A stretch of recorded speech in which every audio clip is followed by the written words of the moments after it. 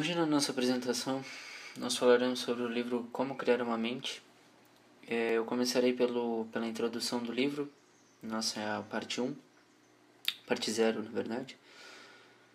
No início o livro já começa falando sobre a inteligência e que a inteligência é um fenômeno mais importante do universo e que graças a ela os seres humanos conseguem montar a sua própria imagem. Mais pra frente ele começa a falar sobre as matérias que nós vemos na escola, no caso a física, a biologia, a química, essas coisas, e que uma deriva a outra, e assim com o avanço da inteligência foi se descobrindo essas matérias.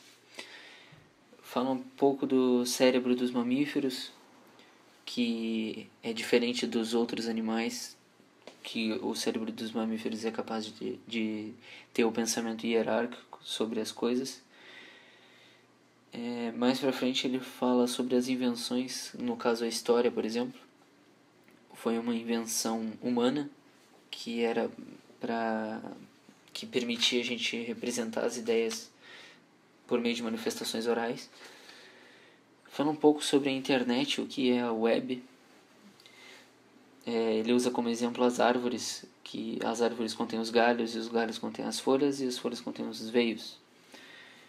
Que no caso a web é um exemplo poderoso e adequado de capacidade de um sistema hierárquico de abranger uma vasta gama de conhecimentos, preservando sua estrutura inerente. Também desenvolvemos ferramentas que agora nos permitem compreender nossa própria biologia em termos precisos. No caso, um computador, por exemplo, usado num laboratório. Com isso é possível identificar dados como DNA ou coisas do tipo.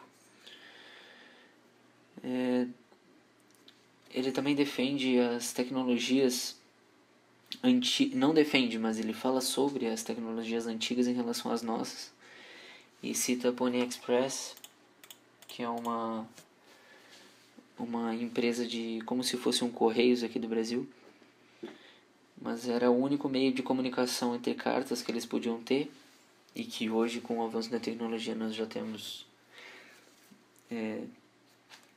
um modo de enviar a informação muito mais fácil.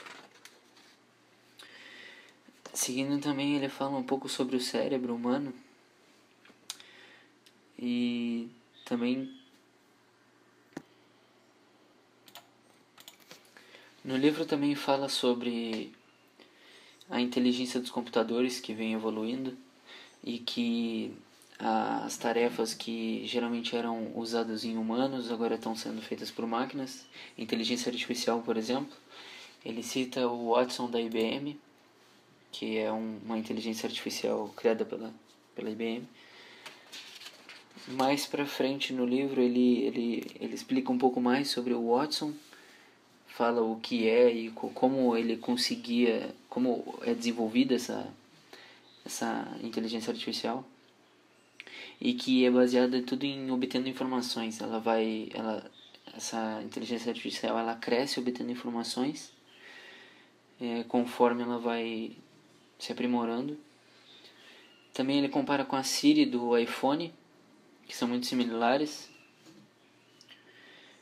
Ele também fala que a Watson conseguiu bater dois jogadores de um jogo chamado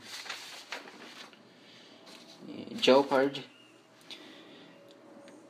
apenas obtendo informações sobre os seres humanos vão informando coisas para essas máquinas, elas vão obtendo informações e assim conseguem montar o seu próprio modo não de pensar, mas de reagir a isso, a máquina. Também informado no livro, ele fala sobre uma parte da IBM que focou o Watson para medicina, onde ele seria usado em estudos médicos e coisas focadas para a área médica.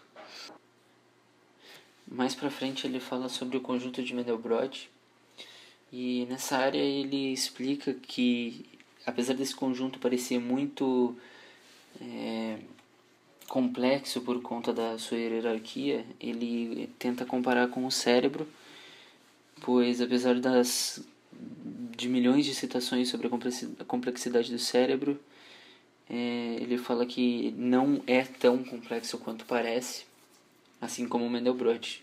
Porque apesar da sua estrutura parecer ser bem complexa, se você for ver a equação, é uma coisa simples de se resolver. Então é mais pela imagem e pelas citações. O epílogo do livro, Como Criar uma Mente, mostra as conclusões do autor do livro sobre as tecnologias da informação atualmente e como elas estarão daqui a algumas décadas, e como a inteligência humana evoluiu. Bom, a inteligência pode ser definida como a capacidade de resolver problemas com recursos limitados, como, por exemplo, o tempo. Da forma como tem sido praticada por nossa espécie, a inteligência nos permitiu que dominássemos o planeta e que melhorássemos mais nossa qualidade de vida. Este último ponto, para algumas pessoas, pode parecer como se a nossa vida estivesse cada vez pior. Um dos motivos básicos para as pessoas acharem que a vida está piorando é que conhecemos cada vez mais os problemas do mundo. Como, por exemplo, se acontecer uma batalha hoje em algum lugar do planeta, nós a vivenciamos como se estivesse lá. O progresso que fizemos como espécie em função da nossa inteligência se reflete na evolução do nosso conhecimento, que inclui nossa tecnologia e nossa cultura, e assim a informação. Nossas tecnologias da informação, que continuam a prosseguir de forma exponencial, desse modo, vão nos fundir com a tecnologia inteligente que nós mesmos estamos criando, como por exemplo os nanobots inteligentes. Em nossa corrente sanguínea vão manter nosso corpo biológico saudável nos níveis celulares. E com base na lei dos retornos acelerados, essas tecnologias serão 1 bilhão de vezes mais poderosas dentro de 3 décadas do que são hoje. Então, depois que tivermos inteligência não biológica em nossos cérebros, a capacidade dessa ampliação vai continuar a crescer exponencialmente. Após termos conseguido isso, não haverá motivo para nos determos num nível específico de capacidade. Podemos prosseguir e ter 1 bilhão de identificadores de padrão ou 1 trilhão. O avanço evolutivo mais importante do Homo sapiens foi quantitativo. O aumento da capacidade neocortical permitiu que essa nova espécie criasse níveis conceituais superiores. À medida que acrescentamos mais neocórtex em forma não biológica, podemos esperar níveis qualitativos de abstração cada vez mais elevados. Tudo começa com o matemático inglês Oliver J. Good.